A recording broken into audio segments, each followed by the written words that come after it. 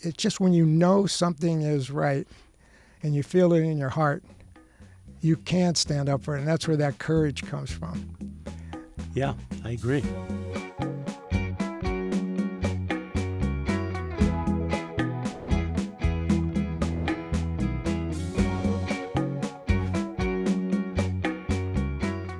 Welcome to the Love, Wisdom, Money podcast. On this program, you'll meet some of the family stewards and their advisors I've had the privilege of working with over my career and hear their stories, experiences to help you make more informed decisions on how to enrich your family wealth, your love, wisdom, and money. Welcome to the Love, Wisdom, Money show, where we spend our time talking about directing traffic at the intersection of family values and family money. Today's guest co-host and I have known each other for over 25 years. He's a friend, a neighbor, a confidant, a fellow financial planner, and a mentor. He's a pioneer and early adopter of the Love, Wisdom, Money movement long before it had a name. And that's not all. Bob Rohrbach is an entrepreneur who over his career has served others as an estate planning attorney, a Navy SEAL officer, a real estate developer and contractor, an investor, a Rotarian and philanthropist, and that's just to name a few. He's also the patriarch of an exceptional multi-generational family. Welcome to the program, Bob. Thanks, buddy. We're really excited that you're here with us today. This should be fun. Rather than a typical interview framework, a unique aspect of the Love, Wisdom, Money podcast is our guest co-host format, where the guest gets to pick the topic and we just share real-life experiences about it. And when I asked Bob, what do you think people would want to hear us talking about after we've known each other for so long? And he did not hesitate. His comment was, follow your heart. So here's Bob, and looking at your resume and the amazing accomplishments in your life, one might think you have a type A driver personality. Maybe you can tell us a story or two about how someone who's accomplished so much has been able to lead a life that follows your heart. Thanks, buddy. It is exciting to be here today. Thank you for inviting me. There were actually many instances in my life that as I looked back and I knew we were going to talk about this topic, one that sticks out in my mind immediately is in following your heart, sometimes there's a lot of fear involved in executing what you feel you need to do. So, for example, in 1967, it was a summer, beautiful summer, that I remember very well because a number of good things happened to me, and I was afraid to execute. The fear in me was dynamic. So the fear was when, over the summer, the law school announced that there would be a requirement in order to become a second-year student of passing this Histories of Law exam. I was on the student body, and I felt it was my obligation to tell the school authorities that they couldn't just add a ex post facto. Probably used all that term exactly. So you challenged the school. I challenged the school. And you know, the school's a heck of a lot bigger than I am. So I didn't take the exam. I took the exam by writing my name on the blue book and handing it in. And there were a group of like 25 guys who were going to join me. As I walked out the door, I did not hear any footsteps behind me. I turned and looked, and there was one guy who was a good friend, and he looked at me, and then he got up, and he walked out with me. A few days later, our names appeared on the bulletin board at the law school, stating that we were to report to a specific room on such and such a day and such a time. So we figured, well, maybe they're going to listen to us. As I was standing at the door with Greg, our property instructor came up and stood right next to me. And I asked him, I said, well, Professor, what are you doing here? He said, well, I'm your defense lawyer. And I immediately felt a sinking feeling in my heart. Mm. We get into the room. We sit down. Right across, in fact, it was a table similar to this, but a lot larger. And the professor who was the culprit, I call him, behind this Histories of Law exam, asked Greg, as he opened up his binder, Greg, are you planning to take this exam when we next give it? And Greg said, yes, sir, yes, sir. Closed the book, put it aside, picked up another notebook, opened it up, and Greg had left the room, and he asked me the same question. Professor Dowd was his name. And I said, no, I'm not. And the reason is, and then I explained my rationale, and he got very flustered, red in the face, and I could hear my defense attorney snickering a little bit next to me. But I was scared. I really was scared. You know, one of my dreams was to become a lawyer. Uh-huh. One of my dreams was to become a frogman since I was age 12. So now I'm sitting there in this den of iniquity, and he said, after he closed the book, he said, you can leave now. And I did. About 3 or 4 days later, I was told that that I had to retake the exam if I wanted to stay as a student. And I said, well, I'm not taking the exam, so whatever. And just coincidentally, that day, I was reading a letter from my brother who was in Vietnam. And my brother Ken was telling me all about what it was like where he was. And I sat there and I thought to myself, wait a minute. You're the one that organized that Navy club with Ken and your cousins, and you're the only one that's not in the military. So what are you doing here? Talking about yourself. Yes. Yeah. What am I doing in law school? Yeah. I had my priorities a bit confused. Oh. So that very day, I went down to the Philadelphia recruiting office and joined the Navy. And the following Monday, I got back to school. And mind you, I had been working at the school 20 to 30 hours a week, and I was also a dorm counselor. So I had some responsibilities that I had to live up to. And I knocked on the door of the assistant dean, Dean Brooke, who happened to be a retired Air Force JAG officer, Judge Advocate General. Yeah. And he welcomed me in. I sat down, and he said, what can I help you with? And I told him I enlisted in the Navy. And he looked at me and said, well, he was unbelievable. Why did you do that? And I explained to him. And then he said, okay, well, good. Best of luck. And then I said, well, 1 minute, I have a question to ask. And that is, I'd like to get a leave of absence from the school so I can continue my law school studies when I get off my contract with the Navy.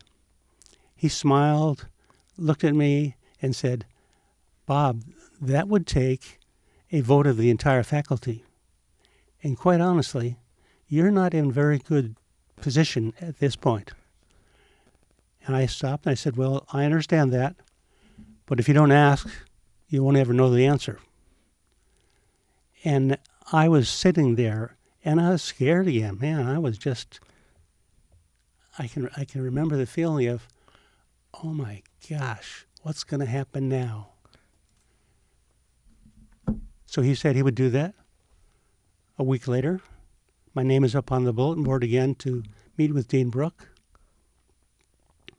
I entered his office. He sat there, and he looked at me, and he said, I have something for you. And he leaned across the table and gave me a sheet of paper. And I looked at it, and I said, oh my gosh, I have a leave of absence, and I can come back to the law school whenever I want. Thank you, Dean Brooke. I get up and I walked out of the room before he could take the paper back. So that's really one of the instances where I knew that it was the right thing to do to meet with the faculty and explain why they could not do a certain thing. A year later, I was on a ship in the middle of the Pacific Ocean, and mail call came. I got this letter from my defense attorney, Professor Carnes, who also happened to have been a Marine JAG officer. See a pattern here. And he wrote down, Dear Bob, just want to let you know that you won. I thought, what's he talking about? And then he goes on to explain, the faculty had a meeting in December of 1967 because about 10% of the class had passed that exam. Oh. And they decided to make it an elective exam, not mandatory. I was redeemed. I felt absolute joy. And so that's fear being overcome with your heart. So your heart courage comes from your heart. Your heart knows what you need to do as an individual. Yeah. The fear is a fear that others won't like you, they'll disagree, or you'll get in trouble. But if it's the right thing, you got to do it. And how old were you when all this happened? See, I was 23. Yeah. No, 22. 22. That is I guess there are no coincidences.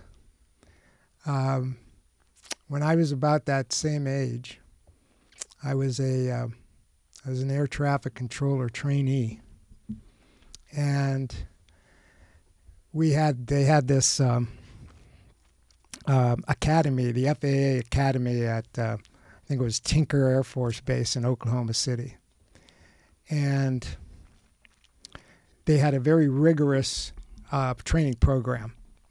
Never forget the first day. We were all sitting in an auditorium. From what I understood, 5 out of 95 people that took the test to be air traffic controllers made it, and the other 95 didn't. So we were a rare breed that was in this room, in this auditorium, and the lead instructor said, "I'd like you to look to your left and look to your right. In 8 weeks, those people won't be here." And so it was 2/3 of the people made it through this class. And the reason it was so hard is now I'm really dating myself. We had to learn how to control airplanes before, without using a radar scope, because the radar wasn't that dependable. So we had to learn 2 systems: radar, where you can actually see the planes, and then this other system called AN. I think it was named after the Army and Navy. Anyway, it was a way to keep the picture of all the airplanes in your mind by writing down information on these strips that represented each airplane. So it was a mental picture. And it was very, very difficult. And I didn't realize it then, but I had a little bit of ADD. And for an air traffic controller, not a really good thing. But anyway, I passed the academy. I made it through the academy. The guy on the left, the guy on the right was gone. And I went back to Cleveland Air Traffic Control Center. And a center is a little different from a tower, but we're all air traffic controllers. That's a story for another time. And when I got back to the center, they had that was the national test that I passed, and then there were local tests that you had to pass. And the local test had to do with the local environment. You actually had to memorize the local map. So I had to memorize all the airways between Chicago and New York, which is where my airspace was.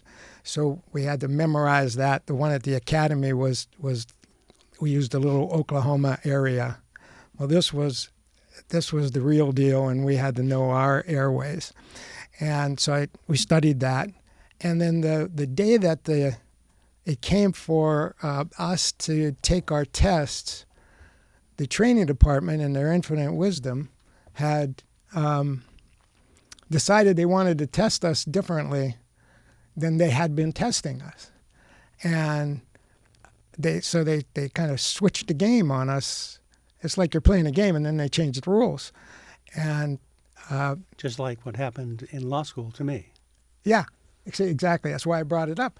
And everyone else in my class, I think there were 4 or 5 of us that had gone to Oklahoma City and came back to Cleveland. Everybody else passed except me. And I just thought it wasn't fair, and sometimes your parents go, well, life's not fair. But anyway, I had a friend who was in the class, and he goes, this isn't fair. And they didn't know what to do with me because I had passed the academy and not the local exam. So they put me off, and I was doing data entry. I was entering the information into the computer that was on these strips that the controllers would use. And I was there for, 6 or 7 months while they were deciding what to do with us. And my friend started to lobby the other controllers, the journeyman controllers in the facility, because they were all actually working, and he was training, he was moving up, I was in limbo. And what we did is we challenged the FAA on what they did, just almost exactly like what happened to you. And there was another class after us, and then another class after us, and there were 1 or 2 people that failed the test as well because the same thing happened to them.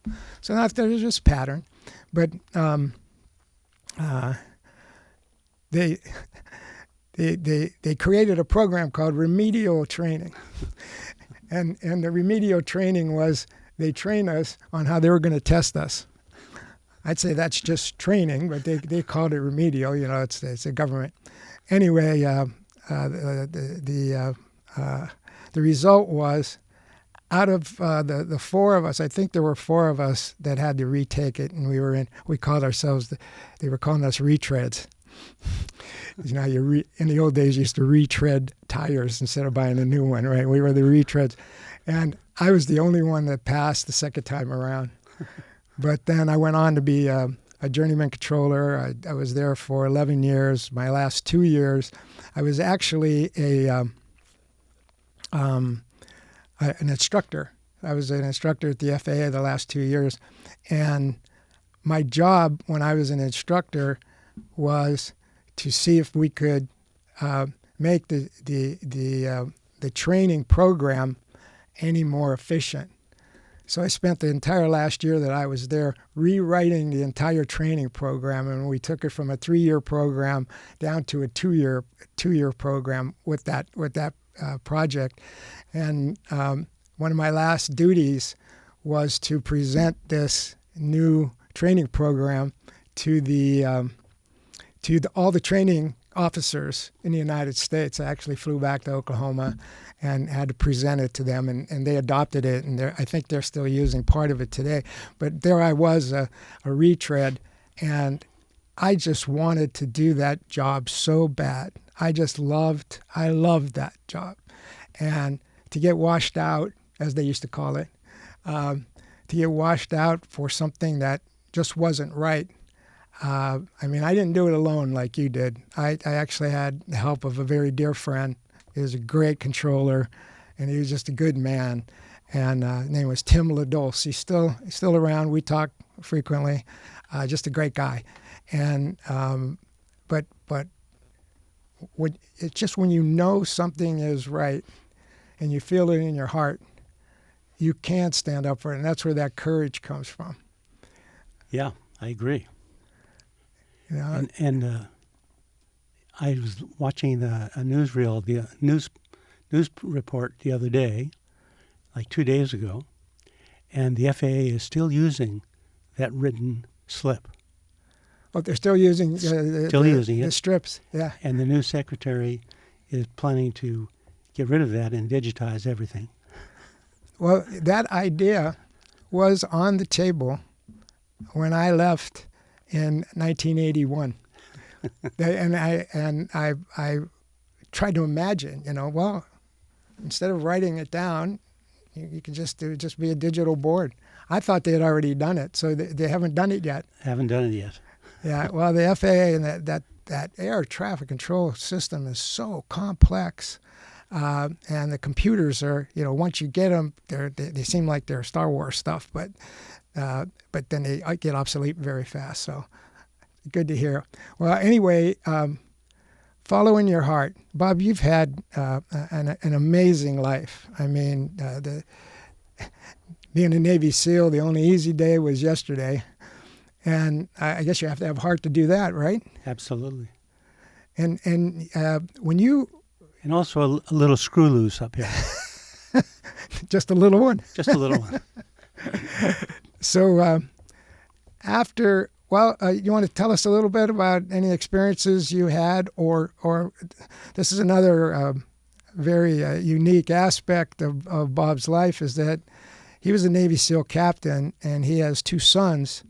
And I think you're the first family ever to have a father and 2 sons that were all Navy SEAL captains. Correct. Yep. So you want to tell us, can you tell us some stories about, first of all, you and then your sons?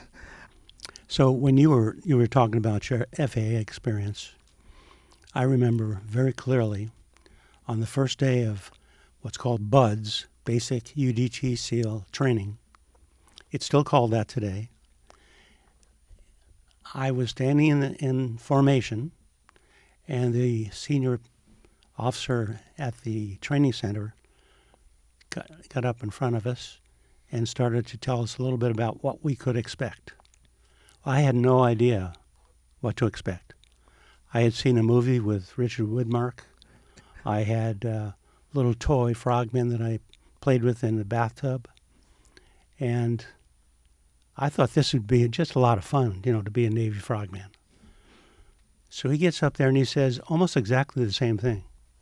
He said, we've got 169 of you here today, and you're probably not going to believe this, but less than a third of you will graduate SEAL training. Well, the shivers went through my bones.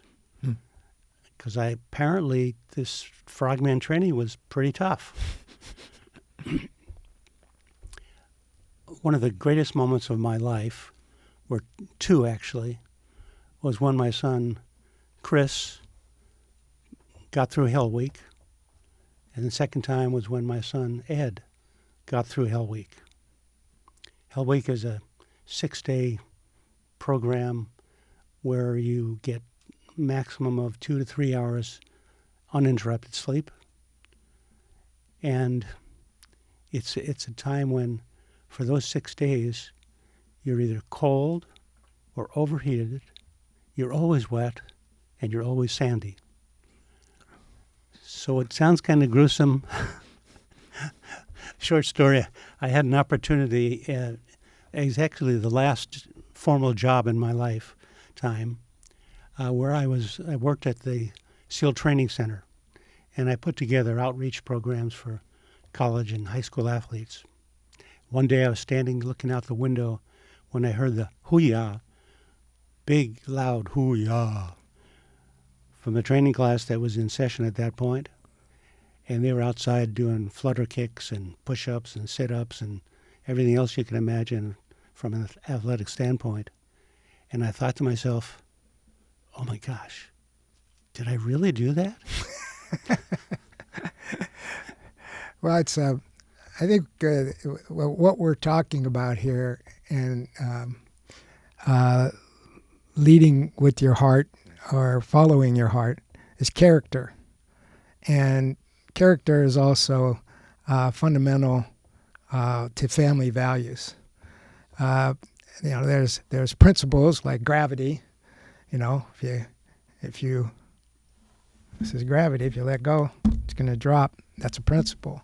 Value is something that you value, and you go, well, I really like gravity because I'm a pilot, and I have to understand gravity, and I value gravity. But the values that come with character are love and wisdom. Those are two principles that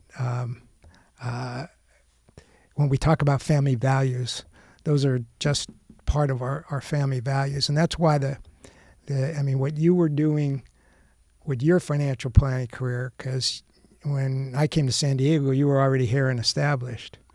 And our paths just missed crossing at that time. But then later you moved into the neighborhood and we connected all the dots. But knowing your family, every family has their own family values. But they're all based on principles. If the values, if the values aren't aligned with the principles of life, which are, just truth and honor, these are all the values. The principles that family values are based on, and every family values principles a little differently. But the good family values, or shall I say the productive family values, the ones that multi-generational families are built on, are all based on the same, first of all, two principles. I guess there's love and truth. Those are two principles, and you can't deny either. You can't. There's no way to really, how could I say this? There's no way to define them, but you know them when you see them. And when you moved into the neighborhood, you had two sons that were my son's age. And immediately we hit it off. We knew we were in the same business, but then your wife and my wife got along. Our boys got along. They were only 1 year apart. And then I heard that these are not the Navy SEAL sons. You have this other family with these Navy SEAL guys in it. So can you talk a little bit about how following your heart led you to have two really amazing families that are now one family now? Because I know your current wife looks at your children as her children and your grandchildren as her grandchildren. And there's absolutely no difference when she's talking about it. So can you speak to that a little bit? Sure. Thanks for asking the question, buddy. Let me just round out something first. I did graduate from law school, became a lawyer, practiced law for about 10 years before I started my own business. I did become a SEAL. Of that class of 169, there were 17 of us who graduated. Oh. And we have 3 who have passed away from natural causes. And we have a reunion coming up in August, and we've met every year in August since, I like to say, the beginning of time. For many years, 50 plus years. So family values, I think you and I share the same family values. And I think that's why you and I got along, and certainly why our wives got along. I'm not sure about the kids, but they've grown into very mature young men, all 4 of them. They still get along. And they still get along, and when they get together, they have fun. Oh, yeah. I heard about the late night at your house a couple of weeks ago. Yeah, well, whenever one of us are away, if you and Ruth are away, or if Liz and I are away, there seems to be late nights in our neighborhood. I know the feeling. And my son turns off the Ring cameras whenever he's going to have a party. I don't know if my boys, I guess they know how to do that. They help me set them up, so they probably do. So the family values, I credit my parents for instilling in me a very, very strong family bind. We did many, many things together as a family.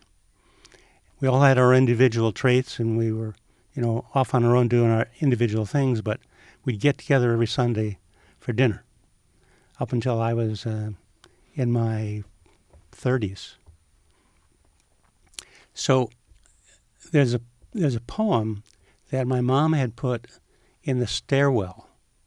So when we came from our bedrooms downstairs, every single time, this thing was staring you right in the face. And I thought, this is a bunch of malarkey. But what it said was, and it stayed with me, we all can't win a winning game. Someone is sure to lose. But let us play so that our name no one may dare accuse. In other words, do what's right and get it done. You don't try things, you do them. In the case of my two sons, if you ask them why they joined the Navy and became SEALs, their response is, well, Dad would come home from his reserve weekends. I was 4 years active duty and 26 as a reservist. Dad would come home and he'd be laughing and joking and telling us stories about jumping out of airplanes and blowing stuff up and shooting weapons. And we thought, if he can do it, we can do it. And so independently, they went and they did their own thing, if you will. There was a little bit of a training that they had to go through pre-teen and post-teen, etc. But I remember going in the backyard with this first family. We were living in Granby, Connecticut, and we had a forest out behind us with lots of trees. And they'd help me cut down those trees and then split the wood for the fireplace. And I decided I would build them a tree fort, as well as putting up a climbing ladder rope. Of course you did. So the rope was hung about 35, 40 feet in the air, and the tree house was about 15 feet, 16 feet up. The only way to get inside the tree house was to climb up a rope and get through the trap door. None of their neighborhood friends were ever able to get into the fort, but they were. Here's a funny story. One time I was visiting Coronado. This is when I was living in Pennsylvania. And we were walking along the beach in Coronado, right in front of the SEAL training area. It was a weekend, so nobody was out. And I got Chris and Ed by the hands. They were 8 and 9 or 9 and 10 years old. They're only 11 months apart. And they looked up and they saw the ropes. And they said, Dad, could we go climb them? Now, these are 50-foot ropes. Well, we saw a bunch of trainees from a distance who were trying to climb the ropes. They couldn't get up to the top. So now Chris and Ed run right up the sand berm. They get up to the ropes. They jump on one rope, climb to the top, transfer over to another rope, and come down. As they were doing this, there was a young man who had his head out the window. He was a trainee in the training barracks. And I could hear him say, "Holy blank, look at those little kids." So they were like you. I mean, the apple didn't fall far from the tree. Well, I came home from work one day and there was a bush in my front yard that I'd never seen before, and I looked at it and it moved. And I go, bushes don't move. And here it was, your youngest son in full camo crawling across my front yard. And I know that that day that you walked by my house and you came into my garage and you talked about my oldest son who you had taken to a SEAL graduation, and you did the same thing with him at the obstacle course. And he got up there somehow, and he was doing it. And he didn't have any of this. I mean, I didn't do any of this stuff that he did, although he was a good athlete, still is. And you said, he got the right stuff. So anyway, he went and he went for it. And by the way, that got him started on his career, which is now he's now in the marine transportation business. But that was his first start. So there it is. So Chris and Ed follow their hearts. Dominic, my son, followed his heart. My other son is a performing artist, following his heart. Hard to do in a world where you have to go to work to get money. But you and I, both being financial advisors, that's how I got started. And you started on the estate planning side as an estate planning attorney. Do you have any stories about other families who followed their heart that you were working with that might have made a significant impact on you or on their family? Any of that come to mind? Yes, one family in particular comes to mind. The family owned 3 Harley-Davidson dealerships and had over 1,000 doors in apartment buildings that they owned. So they had 2 businesses. They had Harley-Davidson dealerships and rental apartments. Correct. 1,000 doors and 3 dealerships. Yep. Pretty nice family enterprise there. They were well off. There were 3 children in the family. One, the number 2, the daughter was the oldest. Then she had 2 younger brothers, and the middle brother worked directly with me when I was putting together their financial plan, and also I was building their dealership in El Cajon, California, at the time. And later on, I realized that the dad really hired me to train his son. So in the process of training, I put together a financial plan for the family. And as it turns out, the middle son decided he wanted to be in the business. He liked what Dad had done, and he wanted to take it over. And the daughter said, I don't want to have anything to do with it. And the youngest son said, keep the checks rolling, but I don't want to be there. And so the 2 of them followed their hearts. They didn't want to do what their dad wanted, and he was trying to get all 3 of them into the business. But the middle son loved what he was doing. He had more of his dad's personality also. So he followed his heart, and is very successful today on his own. And the other 2 are very successful on their own, just they're not in the real estate or Harley-Davidson business. I want to go back to a question you asked me earlier because I think I avoided it, and that was about how to blend families. So I credit my wife Ruth for being the one who has dynamically brought the families together. So my oldest 3 are 2 boys are in their 50s, and my daughter turns 50 this year. And my 2 sons with Ruth, one turns 31, the other one turns 28. So one day Ruth and I were talking about a trip back east, and that's where my ex-wife Barbie lives, and that's where my son Chris and my daughter Andrea live. And she said, well, why don't we invite Barbie over to the dinner we're going to have? And I said, really? This is very early in our marriage. We may be married 2 years. And I said, why would we do that? She said, well, she's the mother of your 3 children. and I think it would be nice to invite her. So we did. And that was the beginning of the combining of the two families. Today they call themselves brothers and sisters. They're not stepbrother or stepsister or stepmom. You got Granny Barbie and Grandma Ruth. In fact, Ruth is back east now as we're speaking.